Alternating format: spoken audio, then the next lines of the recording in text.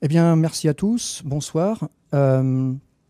L'intitulé de cette présentation était Flash, la technologie Flash dans le monde SQL. D'une façon plus générale, on va dire que c'est la technologie Flash dans tous les environnements qui nécessitent la performance. Et en l'occurrence, les plus hauts niveaux de performance aujourd'hui disponibles sur le marché. Alors, Violin Memory, alors déjà, excusez-moi, je me présente. Je suis Stéphane Ledemé. Je travaille pour Violin Memory en tant qu'ingénieur avant-vente. Et Violin Memory, donc, c'est une société américaine qui a été créée maintenant il y a une dizaine d'années, qui est basée en Californie et qui s'est fait comme spécialité la technologie Flash.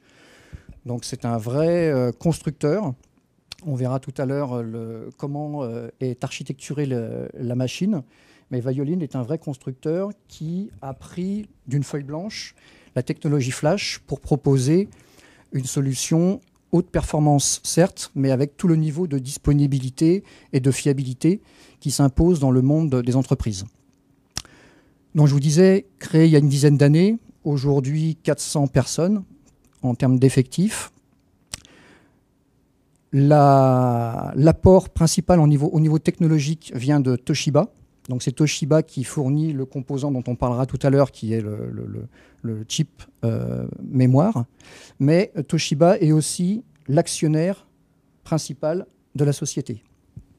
On retrouve ensuite comme partenaire et actionnaire Juniper et SAP, d'accord, qui sont nos trois principaux contributeurs.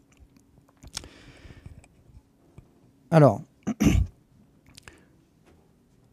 Violin, il y a 10 ans, a eu comme objectif de proposer une révolution dans le mode du stockage, dans le monde du stockage, et de faire en fait en sorte que sur le monde du stockage, de la technologie, on tourne la page de tout ce qui était le disque traditionnel, disque mécanique, malgré ses évolutions et malgré les améliorations dont il bénéficie aujourd'hui.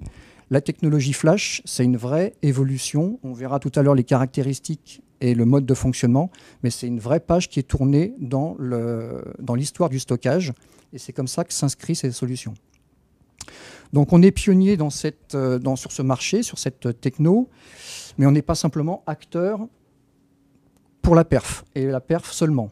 Aujourd'hui, au catalogue Violin Memory, il y a une certaine offre basée sur des fonctionnalités et de la continuité d'activité. On en parlera aussi tout à l'heure. C'est la donnée disponible en permanence, partout, et avec un certain nombre de fonctionnalités indispensables aujourd'hui dans un data center. On va le voir aussi, quelle que soit la taille des entreprises, des clients, petits clients ou gros clients, le portfolio Violin aujourd'hui et la granularité de l'offre permet de couvrir tous les besoins avec, à la demande, les fonctionnalités pour satisfaire tous les clients et dans tous les domaines de compétences. Brièvement, un petit rappel des clients équipés Violin. Pour dire quoi? Pour dire que dans tous les secteurs d'activité, on trouve un usage de la technologie Flash.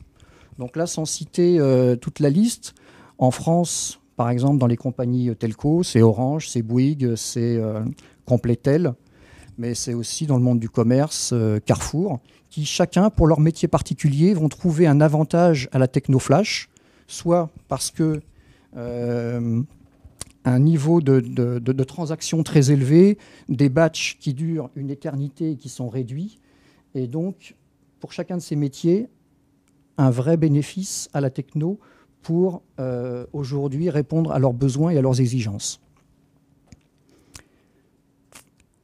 Là, un petit rappel des clients, juste pour citer et rappeler ceux que je viens de donner en France, en tout cas, que sont Eurocopter dans le monde de l'industrie, dans la distribution, effectivement, Carrefour, Casino, Monoprix, ou Orange, Bouygues, dans les telcos, etc., etc. Donc là, ce n'est pas une technologie réservée à une élite ou au monde scientifique. Aujourd'hui, la techno Flash est disponible pour l'ensemble des métiers. Alors, on va rentrer un petit peu dans la techno, juste pour faire un petit rappel de ce qu'est la technologie Flash et où on se positionne dans dans le panel de solutions disponibles. Les solutions de disques disponibles, et sur un facteur qui est la latence, va se diviser en deux. On a ce qu'on appelle le legacy, et le legacy amélioré, versus le flash, le full flash, et toutes les technologies à base de NAND ou de DRAM. Et là, ce qu'on voit, c'est qu'à la frontière de la milliseconde, eh bien, on distance largement les niveaux de stockage existants pour offrir, et c'est les deux pavés qu'on voit, MLC flash et SLC. On parlera tout à l'heure des petites distinctions qu'il y a au niveau de la techno, pour rappeler que le paramètre le plus important, c'est la latence, qui, avec la technologie flash, tend non pas à disparaître, mais à se rapprocher de ce qui est indispensable pour avoir, entre guillemets, un temps réel, ou en tout cas un temps CPU. D'accord ? Donc ça, c'est la vraie valeur ajoutée de la technologie flash. Alors, puisque j'ai la chance d'avoir des deux technologies de représenter sur mon graphe, SLC et MLC, je rappelle juste aux gens qui ne sont pas au courant de ce type de distinction, SLC, 1 bit de données par cellule, MLC 2. D'accord ? Donc, avec comme avantage dans un cas la performance et dans l'autre la densité, donc la quantité de données qu'on peut stocker sur la même surface. D'accord ? Et là, les chiffres à retenir, ils sont très importants. 150 microsecondes, 400 microsecondes, ça, ce sont vraiment nos temps d'accès à la ressource. Un slide qui est important, juste pour rappeler ce qu'est le cycle d'écriture, ou plus exactement le temps associé à de l'écriture sur un disque standard. C'est ce qu'on voit sur la partie haute du slide. Quand on regarde l'activité d'un CPU, on constate que la plus grande partie du temps, le CPU attend l'écriture sur le support physique. D'accord ? Ça, on peut contourner le problème de différentes façons. Il reste vrai que, dans le meilleur des cas, 50% du temps, le CPU attend. Et il attend quoi ? Que l'écriture soit réalisée, soit acquittée sur le stockage. Avec la technologie flash et les fameuses microsecondes ou centaines de microsecondes qu'on vient de voir, de constater sur la techno, on fait disparaître ce temps perdu et on redonne du temps au CPU pour faire ce qu'il est réellement prévu, conçu pour faire, c'est-à-dire faire de la transaction, faire du compute. Alors, si on redonne du temps au CPU, si on fait disparaître ces wait IO, ça permet plusieurs choses. Aujourd'hui, quand on fait un sizing d'une bête disque à une performance donnée, aujourd'hui, compte tenu de la technologie, on est obligé de faire de la surallocation, c'est-à-dire de démultiplier les axes pour amener la perf. Résultat, on achète de la ressource stockage qu'on ne va pas utiliser, qui est là simplement pour la perf. On achète des axes, en quelque sorte. Donc avec la technologie flash, on achète juste ce dont on a besoin, il n'y a pas de surallocation. Si on ne suralloupe pas, si on n'a pas besoin de démultiplier les bêtes disques pour avoir de la performance, on fait des économies. Économies en énergie, économies en l'espace au sol, et d'une façon générale, tous les coûts associés d'infrastructure. Réduire la partie serveur, ça veut dire quoi? C'est que si j'ai besoin d'un serveur surdimensionné parce que j'ai besoin de performance, en améliorant mon stockage, en rééquilibrant la chaîne d'infrastructure, c'est-à-dire en rendant l'accès à ma donnée beaucoup plus rapide, je perds moins de temps, donc je fais plus avec la même quantité, ou je peux me permettre d'avoir un CPU de taille inférieure. D'accord ? Autre conséquence, si j'ai moins de CPU nécessaires, comme mes licences, toutes mes licences, que ce soit là aujourd'hui on est chez Microsoft, mais ça serait vrai chez Oracle, ça serait vrai chez SAP, comme on paye les licences au corps, si je réduis de 40-50% mon besoin en CPU, je répercute d'autant plus vite et instantanément mes coûts sur les licences. Et bien sûr, la vitesse est améliorée, la technologie flash est une technologie, on va le voir tout à l'heure, très performante. Tout à l'heure, on verra l'ensemble du portfolio. Un point commun à tout ce qu'on va dire tout à l'heure, c'est la machine que vous voyez là. D'accord ? C'est une machine qui se veut haute dispo, qui va être fiable dans le temps, donc redondante. Là, ce qu'on voit, ce sont les caractéristiques et les différents composants qu'il y a à l'intérieur, donc ventilo, et évidemment, alimentation, tout ça secouru. On parlera tout à l'heure de cartes Vim, ce sont les cartes mémoire. Cartes RAID, ce sont les cartes qui gèrent les cartes Vim, et on verra comment elles sont, quelle est l'architecture qui est mise en place. Et enfin, deux notions ou deux ranges de contrôleurs. Un contrôleur qui gère la communication intercomposant et ce qu'on appelle la memory gateway, qui est l'interface avec l'extérieur. C'est là où on se connecte et c'est là où on fait l'administration, la configuration des baies. Brièvement, le portfolio de Violin Memory aujourd'hui. Donc, on va en parler tout à l'heure, c'est la brique 6000. Elle est importante parce que c'est l'élément fondamental sur lequel est construite l'ensemble de l'offre. On va parler de WFA, qui est une offre qui a été conçue conjointement avec Microsoft. Et par rapport à cette offre, notamment 6000, pour les clients qui ont besoin de fonctionnalités avancées, une offre qu'on appelle Concerto, une offre Concerto dans le mode bloc, une offre Concerto 2200 dans le mode fichier.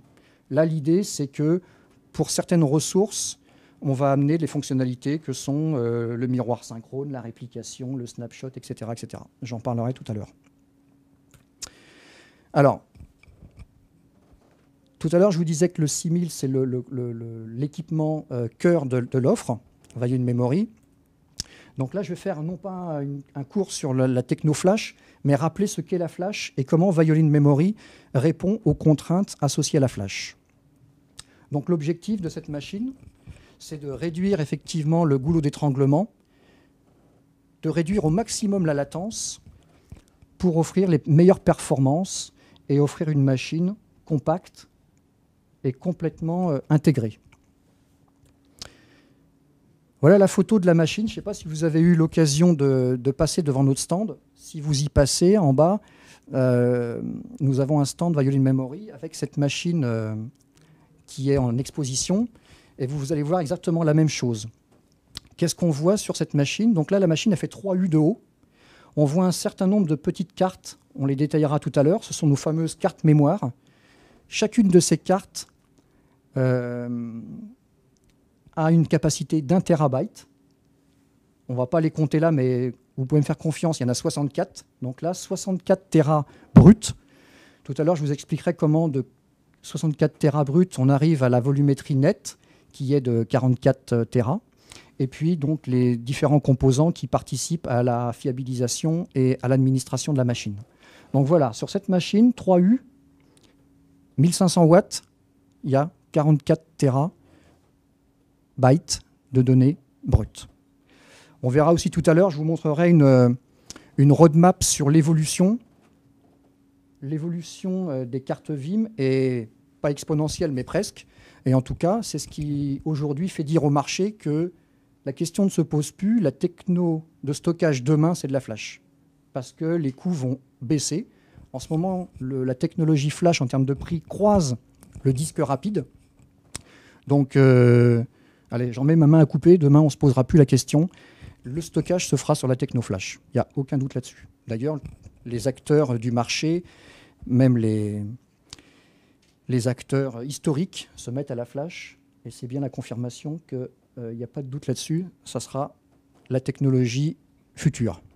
D'ailleurs, ce qui est paradoxal, c'est que chez certains clients, on bataille pour faire justement ce travail de transition, alors que, d'une façon générale, n'importe qui, quand il va à la FNAC acheter son PC ou son périphérique, aujourd'hui, personne ne souhaiterait aujourd'hui acheter un disque mécanique. Et voilà, c'est rentré dans les mœurs dans le grand public. Et il y a encore des clients qui sont réticents. Mais voilà, c'est une autre histoire.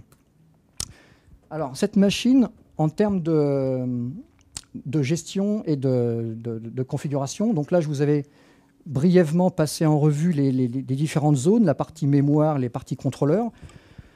C'est anecdotique. Ce qu'il faut retenir, c'est le mode de connexion de cette machine. Donc là, on est sur une machine pour des connexions en mode bloc. D'accord ? Donc, connexion sur un SAN Fiber Channel, sur un réseau 10 Giga Ethernet, ça peut être aussi de l'infiniband, voire en cas de besoin, pour des besoins bien particuliers, en PCI, connexion directe, si on souhaite notamment avoir la performance maximum, mais si c'est un environnement de type DAS. D'accord ?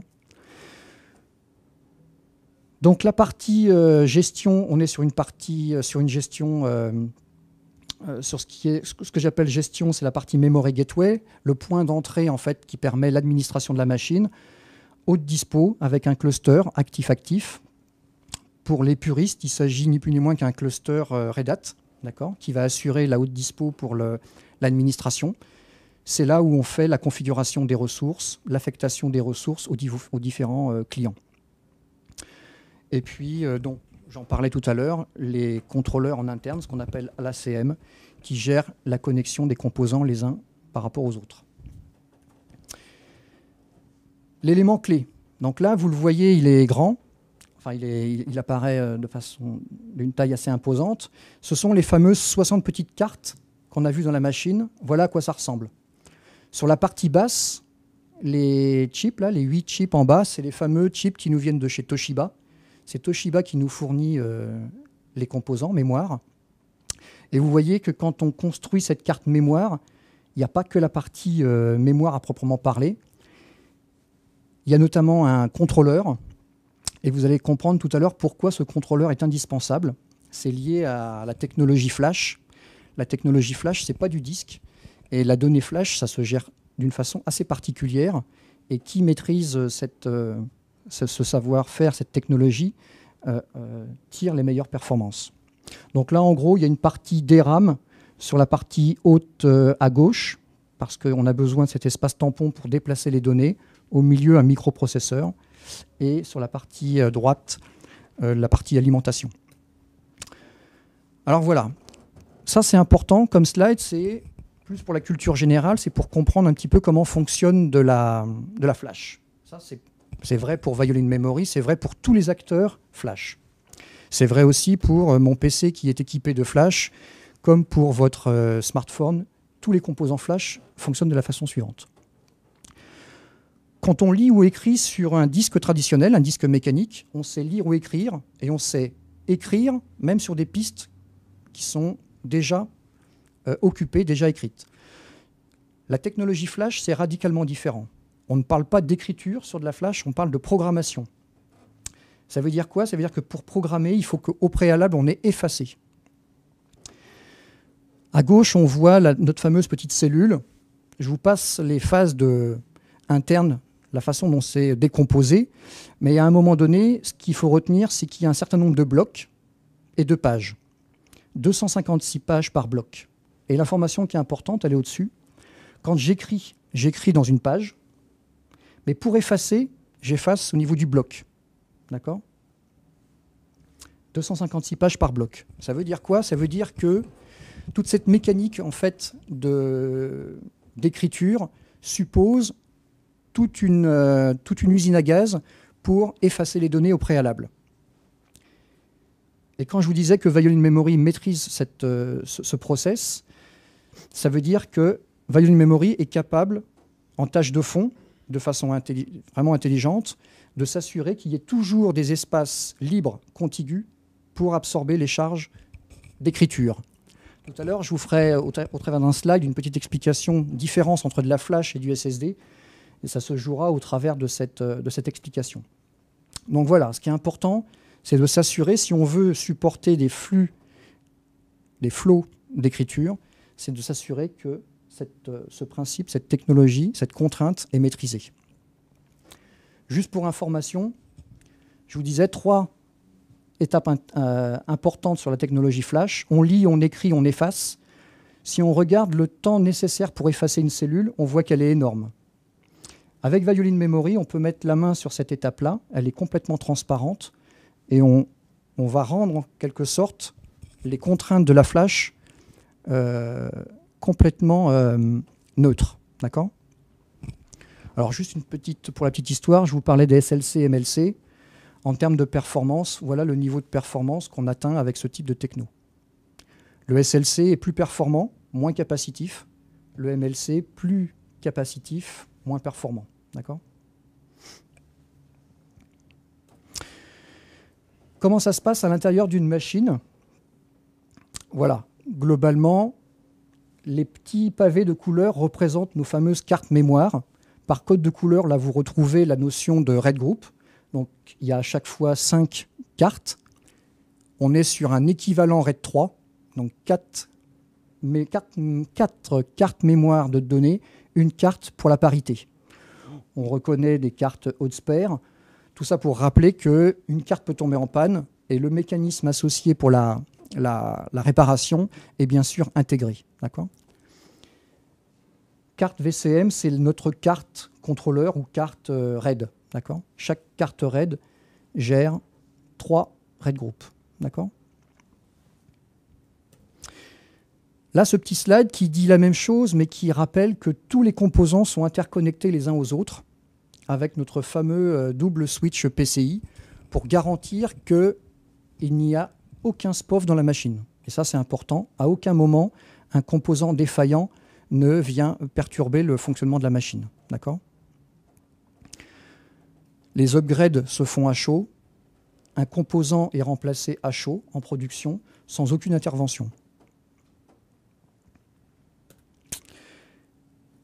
Tout à l'heure, je vous parlais d'évolution de la technologie flash. Voilà depuis 2012, donc 2012, c'est pas vieux. En 2012, une carte mémoire comme celle-ci contenait 128 gigas et on a doublé tous les ans. En 2015, et là pour le coup c'est demain, ça va arriver vite, on annonce une carte qui contiendra 2 Tera. Donc tout à l'heure, quand je vous disais sur une machine de 3U, on était à 44 Tera net utilisable, demain on passe à plus de 80. Donc 80 sur 1500 watts, 3U de haut. D'accord ?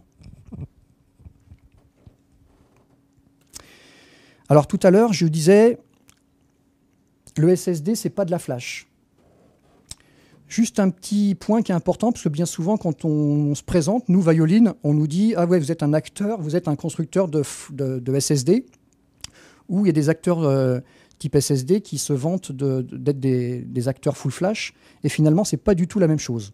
Le point commun entre du SSD et la techno de Violine, c'est le composant. Effectivement, le chip, là, Toshiba, qui pourrait être du Samsung, ça, c'est vrai, il est commun aux deux technos. Par contre, un disque SSD, c'est un composant autonome. Autonome, ça veut dire que ce disque qu'on voit là, avec son petit système, son petit caddie, on peut le retrouver dans un serveur, on peut le retrouver dans une baie de disque. C'est un vrai composant autonome. Quand on met ce disque dans une grappe, il n'y a aucun moyen de communication entre ce disque-là et le disque d'à côté. Quand on prend 5 de ces disques, qu'on les met dans un RAID group, d'accord, à aucun moment, on va avoir la garantie que les tâches d'administration, ce qu'on appelle le garbage collection, toutes les étapes en fait, de nettoyage de l'espace, comme on l'a vu tout à l'heure, ces opérations d'erase indispensables au bon fonctionnement, on n'a aucune garantie qu'on n'aura pas, en même temps, dans un même RAID group, 2 disques qui seront dans des cycles de nettoyage et des disques de garbage collection. Résultat, ça veut dire que là, on aura un impact. Là, ce RAID group-là, sur les I/O entrants, il dira stop et il sera obligé de reprendre son souffle et de faire ces tâches d'administration qui sont prioritaires avant d'accepter les flux de données. Alors, ce n'est pas vrai sur les read, mais sur les write, sur les opérations en écriture, c'est très significatif. À tel point que ça porte un nom, ça s'appelle le write cliff. En fait, c'est une falaise. Les performances s'écroulent en écriture sur cette technologie-là, sur la technologie SSD. Et ça, c'est incontournable tant que les disques ne dialogueront pas les uns avec les autres. Avec Violine, et le fait que nos cartes mémoire, certes, gèrent elles-mêmes ces phases de nettoyage, mais elles le font sous le contrôle et sous un chef d'orchestre qui est notre fameuse carte RAID. Donc c'est la carte RAID qui dit, à un moment donné, dans un RAID group, je n'ai qu'une seule carte qui sera en garbage collection. Okay, donc ça, c'est important et c'est ce qui explique pourquoi Violine Memory, entre autres, atteint un niveau de performance en écriture aussi important. Ça, c'est un petit rappel de l'ensemble des modèles mis à disposition. On ne va pas le parcourir, mais c'est juste pour vous montrer quelques chiffres clés. Donc déjà, en termes d'offres, il y a une offre MLC, une offre SLC. La différence entre les deux, vous avez vu tout à l'heure, un bit de données par cellule ou deux. Et ce qui est important, c'est les niveaux de performance auxquels s'engage Value in Memory. Donc là, vous voyez, au pire, 250 microsecondes. Un autre chiffre important, bien sûr, c'est l'encombrement. Toutes les machines occupent le même niveau d'encombrement, 3U, avec des puissances électriques relativement faibles. Cela, quand on parle de 1500 watts, c'est presque du matériel domestique. D'accord ?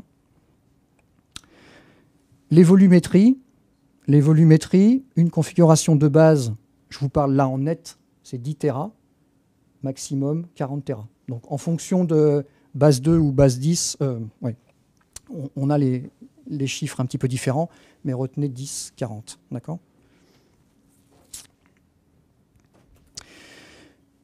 Alors bien sûr, notre machine est administrée avec son interface graphique et comme tout le monde aujourd'hui, les commandes en ligne et la possibilité d'interfacer cette machine avec SNMP et les outils de supervision.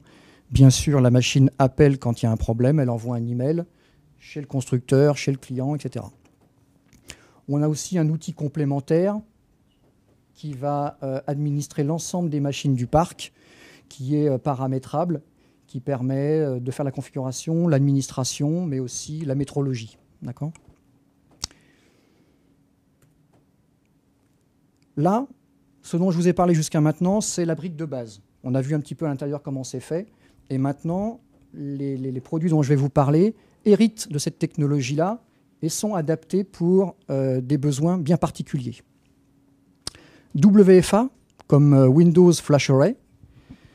Et là, vous reconnaissez la machine. Elle n'a vraiment pas beaucoup changé, si ce n'est que tout à l'heure, je vous disais qu'on avait notre fameux cluster, notre gateway, qui était sur un cluster Red Hat. Et là, on voit Windows Server. Eh bien, la différence, elle tourne autour de ça. Value in Memory et Microsoft ont fait un partenariat technique. Donc là, on ne parle pas d'un projet d'intégration de Value in dans son coin. C'est un vrai partenariat. L'engineering de Value in Memory a travaillé avec l'engineering de Microsoft, pour développer cette machine. Donc, en lieu et place de notre fameux cluster Red Hat, on a mis un cluster Windows Server 2012 avec toutes les fonctionnalités disponibles, d'accord ? Et Value in Memory amène son châssis et la performance, d'accord ? L'objectif, ça va être, en environnement, dans l'écosystème Microsoft, d'amener la performance pour tous les environnements, on va le voir tout à l'heure, mais tout ce qui est Hyper-V, SharePoint, SQL, Exchange, vraiment tous les environnements aujourd'hui Microsoft pourront bénéficier de la perf de la flash. D'accord ? Donc là, c'est ce qu'on dit. On va amener la performance du SAN au prix du NAS, au prix du NAS avec les performances du DAS. Okay ? Donc voilà les cas d'usage, SQL Server, Hyper-V, la virtualisation des postes de travail, et les file servers. Okay. Donc là, pour faire simple, quelque chose qui pourrait paraître compliqué, c'est un NAS. D'accord ? C'est un NAS à la mode Windows, avec une vraie intégration et un vrai partage de compétences. Donc là, on retrouve brièvement les fonctionnalités disponibles, mais ça reste les fonctionnalités de Microsoft, d'accord ? Mais ni plus ni moins. Et le point fort de cette infra, on s'appuie sur le protocole SMB3, d'accord ? SMB Direct, d'accord ?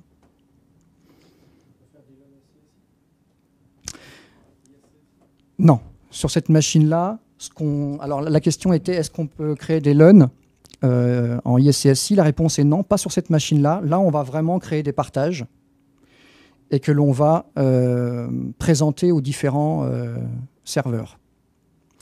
D'ailleurs, là, on anticipe sur un slide suivant, c'est qu'en termes de connexion, là, on oublie Fiber Channel, on est sur un réseau, on sera sur un réseau Ethernet, et c'est pour ça que je disais qu'on était un NAS. Là, pour le coup, en termes d'infra, c'est un storage server. un storage server à la mode Microsoft, si ce n'est que, vous allez voir tout à l'heure les perfs, c'est au jour d'aujourd'hui la solution dans cet environnement-là la plus performante. Si on regarde là rapidement en termes de couches sur ce qui est de la partie protocole, à droite, avec justement cette optimisation Violin Microsoft, on a épuré un petit peu le protocole, on l'a vraiment optimisé de façon à tirer le meilleur de la performance, notamment en évitant les couches intermédiaires. Et voilà, en termes de performance, là, illustré sur ce slide, la comparaison. Donc là, on compare du flash avec du flash, d'accord? Mais en vert, c'est du flash à la mode Microsoft, avec la machine dont on vient de parler, et optimisé, d'accord? Donc sur des écritures en SQL, on double la performance. Pareil en read. Donc là, il y a un vrai gap. Ce partenariat est vraiment significatif en termes d'optimisation, au point de rendre la solution vraiment atypique et aujourd'hui sur le marché la plus performante. D'accord ? J'ai oublié de vous le préciser, mais n'hésitez pas à m'interrompre. Hein. S'il y a des points, n'attendez pas forcément la fin de la présentation. On peut interrompre à tout moment. Tout à l'heure, je vous disais jusqu'à 40 Tera la machine. Ça reste vrai, mais pour autant, si on a besoin de couvrir des volumétries plus faibles, alors là, vous m'excuserez parce que là, on parle pour le coup de capacité brute. 17,5 Tera brut, ça fait à peu près 10 Tera net. Donc là, on est sur une machine qui ira de 10 Tera aux alentours de 40, de 10 à 40. D'accord ? Alors la petite particularité chez Violin Memory, c'est qu'un client qui a besoin de 10, on lui livre 40, il achète 10, d'accord ? Et par un jeu de clés de licence, quand il le souhaite, il peut débloquer la volumétrie supplémentaire. D'accord ? C'est ça, pour le coup, un petit artifice commercial, mais c'est important parce que ça veut dire que plus la machine est dense en nombre de cartes, et meilleure est la perf. En fait, plus on a de cartes dans la machine, et plus on va, dans l'arborescence des cartes VIM, plus on va pouvoir absorber d'écriture. Les cartes sont intégralement utilisées et on ne présente que la volumétrie achetée. Voilà, alors à la question, est-ce que toutes les cartes sont installées, disponibles, et on n'utilise qu'une partie de cette volumétrie? La réponse est tout à fait oui, et sans engagement. C'est-à-dire que le client, si il n'utilise que 10 Tera des 40, entre guillemets, tant pis pour Violin, mais c'est le principe. D'accord ? Alors, l'avantage de ça, c'est que effectivement, le client va progresser dans ses besoins et n'acheter qu'au fur et à mesure, mais surtout, pas d'impact en termes d'intervention. C'est vraiment un coup de téléphone à son commercial, débloquer la volumétrie, et ni plus ni moins. Il n'y a aucune intervention physique. D'accord ? Et tout ça à chaud, bien sûr. D'ailleurs, pour être honnête, ce modèle est basé sur une confiance réciproque et il n'y a pas de système pour brider la machine. Donc là, c'est du gentleman agreement. Si le client a besoin, il revient vers son partenaire, son commercial, il dit voilà, j'ai besoin de plus que de 10 Tera. Et à ce moment-là, on débloque un range supplémentaire, le range étant de 5 Tera supplémentaires. D'accord ? C'est pas le pas d'incrément, il est de 5 Tera. D'accord ? Là, j'avais fait effectivement une petite parenthèse sur le monde Microsoft. Donc là, vous l'avez compris, Microsoft, écosystème Microsoft, on est dans le monde fichier. Là, je reviens dans le monde bloc. La machine 6000, telle qu'on l'a vu tout à l'heure, pour certains besoins, nécessite des fonctionnalités. Donc là, je vais passer en revue l'ensemble de l'offre fonctionnelle proposée par Violin Memory. Avoir de la performance, c'est bien. Et ce que propose Violin au travers d'un supercontrôleur, on va l'appeler comme ça, c'est d'apporter un certain nombre de fonctionnalités. La première d'entre elles, déjà, c'est de fédérer de la volumétrie au-dessous. Donc, si on part d'une brique de base, notre fameux 3U de disque, qui fait 35 ou 70 Tera brut, En fédérant ces machines-là, on peut monter jusqu'à 280 Tera aujourd'hui. D'accord ? Bon, je suis d'accord avec vous, ça se présente pas tous les jours, des volumétries de ce type, mais c'est pour dire qu'aujourd'hui, techniquement, on sait d'ores et déjà répondre à des besoins très importants. Et l'ajout de ce cluster, de ce supercontrôleur, c'est de répondre à 4 objectifs. Alors, le premier, c'est la continuité d'activité. Miroir synchrone, c'est-à-dire du stockage sur un site, du stockage sur un autre. Quand j'écris de part et d'autre, et je n'acquitte que quand j'ai réellement écrit sur mon support physique. Je peux faire de la réplication. Donc RTO, RPO à 0 en cas de miroir synchrone. Je sais optimiser la réplication, on va voir ça en détail tout à l'heure, et j'ai un mécanisme de failover transparent. Est-ce qu'il y a une facturation au Tera? Non, il n'y a pas de facturation au Tera transféré, de la même façon qu'il n'y a pas de facturation à la volumétrie gérée. C'est un composant, entre guillemets, contrôleur, et c'est un achat fonctionnel et pas basé sur la capacité. La capacité étant linéaire, est-ce que les interfaces de sortie sont aussi linéaires fonctionnellement? Alors, il y a un certain nombre d'interfaces qu'on peut configurer sur ce supercontrôleur. Je vous donnerai tout à l'heure rapidement les caractéristiques. Aujourd'hui, si on revient sur le schéma rapidement qui a été présenté là, la machine qu'on voit ici supporte 500 000 I/O par seconde, d'accord, pour une latence inférieure à 1 milliseconde. Là, vous l'avez bien compris, en fait, le fait de passer par ce contrôleur, c'est le point d'entrée pour adresser la volumétrie. Et quand je vous parle de 500 000 I/O par seconde et moins d'1 milliseconde, on est sur la performance du coût global à l'ensemble de la volumétrie qui est ici. Et par rapport à un élément, un signe tout seul, c'est quasiment équivalent. Absolument, absolument. Quatre. Exactement, exactement. On reste sur la même performance, on a juste fait du... Exactement, exactement. Alors, une des raisons notamment pour ça, c'est qu'il n'y a aucun traitement au niveau des contrôleurs. Il n'y a pas... Alors, on pourrait parler de virtualisation. Il n'y a pas de données sur les têtes, il n'y a pas de traitement. En aucun cas, on ne manipule ni on ne modifie le format des données. Il n'y a pas de coût en computing, en quelque sorte, en traitement sur les données. Donc il n'y a vraiment pas d'impact. L'impact, il est la donnée rentre, sort au travers de la carte mère du contrôleur.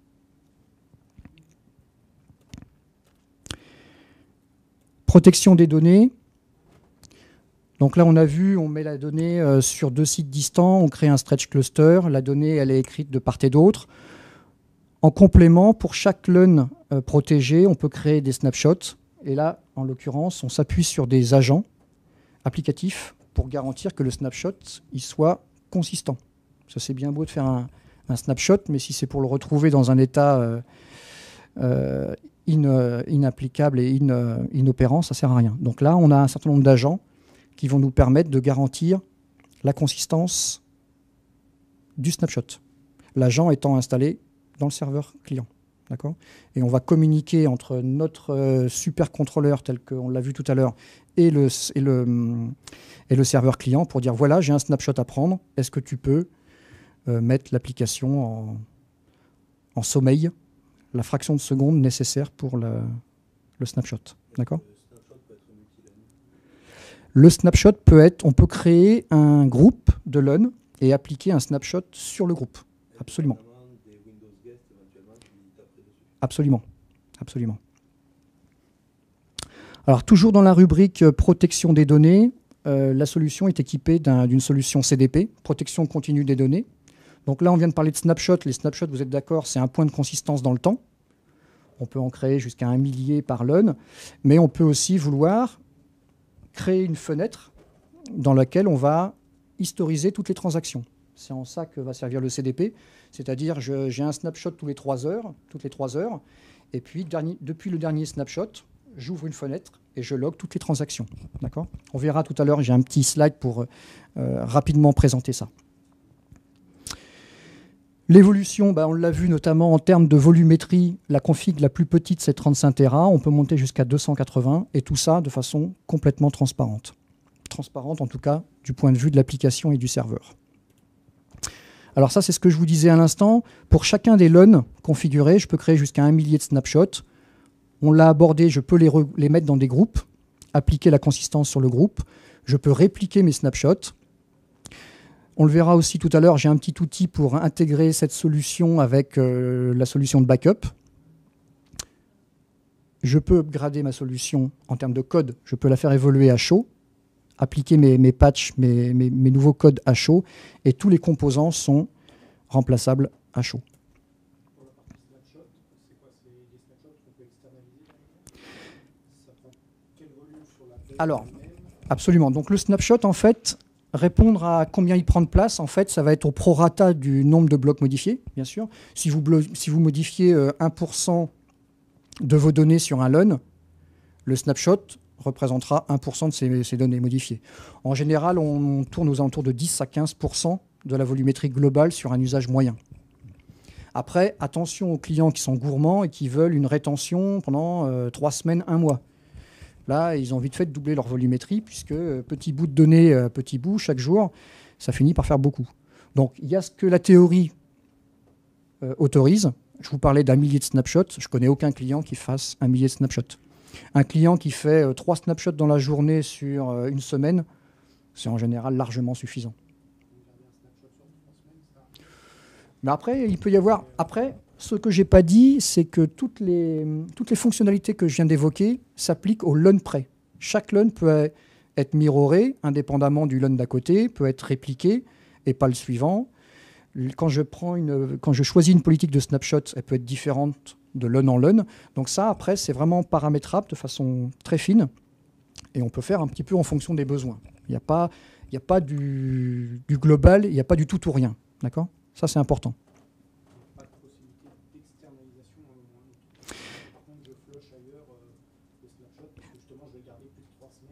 Alors, si on veut flusher un LUN, si on veut récupérer les données d'un snapshot, il faudra monter ce snapshot sur un serveur, puis le backuper. Exactement. D'accord. La seule solution, en fait, de mettre sur un site distant un snapshot, c'est qu'une baie Violine communique avec une baie Violine, et que là, par les mécanismes internes, le snapshot soit répliqué sur le site distant. Mais si on veut sortir de l'écosystème Violine, il faut passer par un serveur qui fera l'intermédiaire, sur lequel il faudra monter la ressource et lui-même la copiera. Là, sur ce petit slide, c'est un petit résumé en fait en termes de protection de données. Haute dispo, c'est ce que je vous disais. En fait, la solution est sécurisée. Tout est redondant. Et PCA, c'est la notion qui va permettre de dire que cette solution sécurisée, ce cluster, on sait l'étendre jusqu'à 100 km. Ça veut dire les têtes, mes supercontrôleurs, je peux les espacer, les mettre à 100 km l'un de l'autre. Je sais répartir ma volumétrie de part et d'autre. Et là, j'ai un vrai stretch cluster. Alors là, la latence, c'est un bon point. Pourquoi 100 km ? Et là, on parle de Fibre Channel dans ce cas-là. 100 km, c'est aujourd'hui ce que l'on a comme garantie qu'un bon réseau Fibre Channel nous garantisse une latence inférieure à 5 millisecondes. Au-delà de 5 millisecondes, là, c'est time-out au niveau système. Et là, on va aux limites de la solution. Aujourd'hui, sur 100 km, un bon réseau SAN, il les tient sans problème. Au-delà, donc c'est du PRA. La donnée est répliquée. Et là, c'est une autre logique, plus traditionnelle. Et on a la donnée en local, sécurisée, et on a un réplica sur un site distant. Mais jusqu'à 100 km, on peut vraiment avoir la donnée qui va être mirrorée de part et d'autre. Et justement, cette notion de miroir, c'est ce qu'on voit là. Les petites flèches, là, ce sont nos liaisons. Voyez-les plutôt comme des zones, du point de vue Fibre Channel, des liaisons. Et ce qu'on voit ici, c'est la configuration au travers de notre supercontrôleur, là, qu'on appelle Concerto, d'une ressource. Donc, le LUN rouge qu'on voit ici, grisé avec les petits pointillés, c'est notre LUN, on va dire LUN virtuel, qui va être physiquement écrit sur cette baie-là et sur la baie distante, d'accord, avec nos fameux 100 km entre les deux. Même chose pour le LUN jaune. Donc, l'illustration va permettre de dire quoi? C'est que l'écriture est une vraie écriture, un vrai miroir. C'est-à-dire qu'on ne va pas demander au serveur, comme sur certaines autres solutions type GeoCluster de la concurrence, ce n'est pas le serveur qui écrit de part et d'autre, c'est bien une écriture, ici, splittée, pour écrire sur les deux unités de stockage. Et je n'acquitte mon écriture que quand j'ai réellement écrit de part et d'autre. D'accord ? Il n'y a pas de concession, il n'y a pas de cache dans la machine. En aucun cas, on anticipe l'écriture. Par rapport à des solutions de type Datacore ou IBM SVC, finalement, c'est à peu près le même. Alors, vous avez cité Datacore, vous avez cité SVC, vous auriez pu citer Vplex. Alors, petite subtilité, notamment Datacore, je garde les deux premiers, enfin j'en garde deux, SVC et Vplex. Datacore, je l'écarte pour une raison qui est simple, c'est qu'avec Datacore, il n'y a pas une écriture comme ça en Y depuis un même nœud, mais il y a une écriture, en fait l'écriture sur le site distant est parse comme ça, donc latence, et donc cache dans la machine pour anticiper. Donc en termes de disponibilité, ce n'est pas péjoratif, ils sont un cran au-dessus. Par contre, SVC, Vplex, on est sur la même philosophie, absolument. Absolument. Donc ça, ce sont les écritures. L'écriture, elle se fait en local, d'accord ? Ce n'est pas la peine d'aller solliciter le LUN distant. On lit au plus près. Le failover, donc toujours sur la même solution. Qu'est-ce qui se passe quand je perds un de mes nœuds ? Oui. Est-ce que je peux revenir juste sur Oui. l'écran précédent ? Bien sûr. Sur des solutions, par exemple, de type SQL Server, où on est capable d'avoir un stockage asymétrique avec des groupes de disponibilité, est-ce que si je fais une lecture sur le serveur distant, je peux accéder à la LUN qui serait locale ? En même temps, en fait, pour vous accéder à une LUN qui serait à la limite même de part et d'autre. Oui, la réponse est oui. Ouais. Absolument. Alors, Est-ce qu'il y a oui. Dernière question. Ouais. Est-ce que dans le cadre d'un FCI, une instance en failover, est-ce qu'il y a un mécanisme qui va, puisque j'ai écrit en synchrone, basculer directement sur le... Je reviens juste sur votre question précédente. Je ne veux pas répondre à côté. Quand vous disiez accéder, en fait, c'est accéder aux données locales. Aux données. Imaginons qu'on est sur la configuration en rouge. Là, ma donnée locale, elle est là. J'écris physiquement de ce côté. Voilà, qui est donc écrit ici et ici. Ouais. Mais je ne peux pas accéder à la LUN qui est de l'autre côté en lecture. Pas automatiquement. Il faut, en l'occurrence, là, il faudrait snapshotter, absolument. Ouais. Oui, je voulais voir cette précision parce que ce qui est important, c'est qu'à un moment donné, chaque contrôleur gère un LUN. D'accord ? On va le voir sur le slide suivant, on sait basculer en cas de failover, mais ce LUN ici, il est disponible via cette machine à un instant, au même instant, il n'est pas là.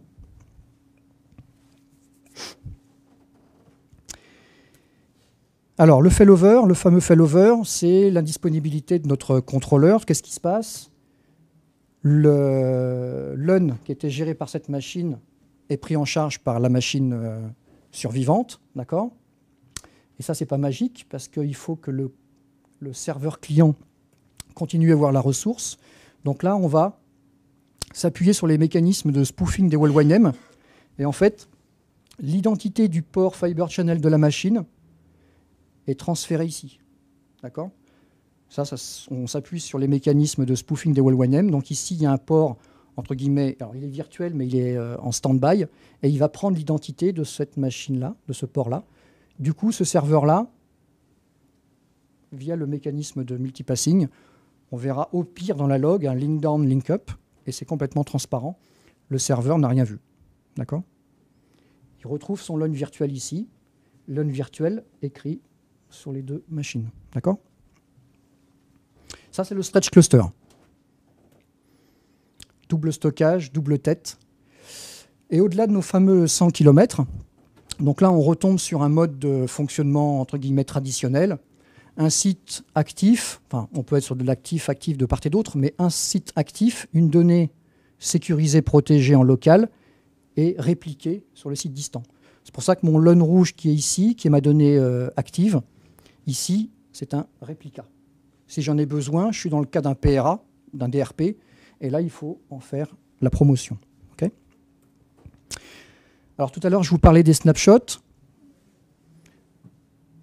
Pour autant de LUN, autant de politiques de snapshots différents, avec des fréquences différentes, un nombre de snapshots qui peut être complètement différent, et les fameux agents dont je vous parlais. Donc il y a un extrait de la liste qui vont vous garantir que quand la machine va prendre un snapshot, elle a à sa disposition l'agent pour garantir la consistance.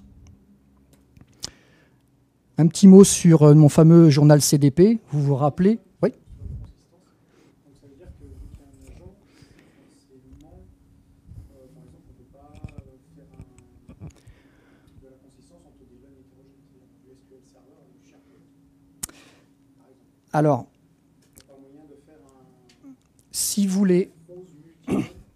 alors si vous mettez, alors vous pouvez, ce que vous allez faire, c'est effectivement mettre ces LUN dans un groupe, déclencher la politique de snapshot sur le groupe, et en fait, pour tous les serveurs impliqués, à condition qu'ils aient leur agent installé, vous aurez la consistance sur l'ensemble. Absolument. Ça synchronise entre guillemets les agents qui sont hétérogènes. Exactement. Exactement.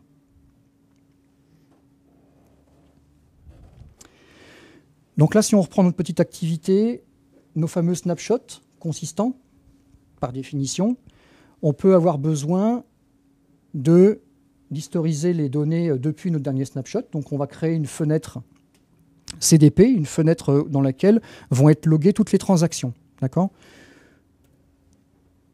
Et ça va nous permettre quoi ? Avec l'interface graphique, soit de taper précisément le moment, heure, minute, seconde auquel on veut revenir, ou graphiquement de voir et de revenir avec son curseur et de créer un snapshot à ce moment-là. Voilà. Donc là, on ne parle pas de consistance avec le CDP, mais par contre, on a un outil très pratique pour récupérer le snapshot d'un LUN tel qu'il était il y a 10 minutes, un quart d'heure, 20 minutes, enfin, voilà. OK ? Donc ça, c'est le CDP, protection continue des données. Certains clients... Ouais. Du coup, là, sur le CDP, Oui. il y a, je suppose, donc, si on n'a pas fait de snapshot depuis 5 jours, il doit y avoir quand même un délai En fait, au volume de données. c'est ça. C'est par rapport à la taille. C'est configurable. Ouais. Ouais. En fait, la fenêtre, je ne pourrais pas vous dire, je ne me rappelle plus de mémoire quelle est la taille maximum, mais c'est conséquent et c'est au prorata de la ressource que vous allez mettre derrière. Exactement. C'est exactement ça.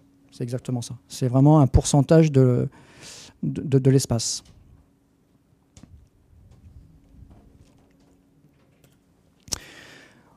Alors, on rencontre en tout cas beaucoup de clients qui ont des problématiques de backup au sens traditionnel, c'est-à-dire qu'en parallèle de la production, des besoins le soir de faire des backups, enfin le soir et le week-end. Traditionnellement, un serveur de backup, il interroge les serveurs la nuit et le week-end. Donc il sollicite le serveur et il sollicite le réseau pour aller chercher les données et les copier. D'accord ? Avec la solution Concerto, ce n'est pas original dans le mécanisme, mais c'est intégré. On va avoir un petit outil qu'on va intégrer au logiciel de backup qui va intercepter la demande de backup. Imaginons qu'on ait besoin de backuper cette machine. Plutôt que d'aller solliciter le serveur lui-même, on va demander à Concerto de nous monter le LUN, enfin, le snapshot du LUN, directement sur le serveur de backup, et on copiera la donnée directement du serveur de backup sur la bande, le VTL ou je ne sais quel support. D'accord ? Donc en gros, on va faire disparaître la fenêtre de backup, et en tout cas on fera le backup quand on veut dans la journée. On n'est pas obligé d'attendre le soir que l'activité soit terminée, on peut anticiper ces problématiques-là. Pareil, il y a un système de synchronisation si on ne fait pas tout simplement Alors là, du boot on SAN mais qu'on a du boot local, il y a moyen de synchroniser Alors là, vous parlez d'une solution de backup pour backuper l'OS. D'accord. Alors, absolument, absolument. Tout à l'heure, quand je disais agent de consistance au niveau applicatif, il y a le pendant au niveau système. C'est-à-dire que sur le site Violine, vous allez voir les OS pour lesquels on a des agents, parce que il y a les deux niveaux sont importants. La partie consistance de l'OS et de l'application, absolument. J'ai oublié de le préciser tout à l'heure, mais effectivement, ça, c'est important. Donc là, en fait, quand on a besoin de backuper une machine, bah, soit on utilise un snapshot consistant existant, soit il est créé à la demande au moment du backup.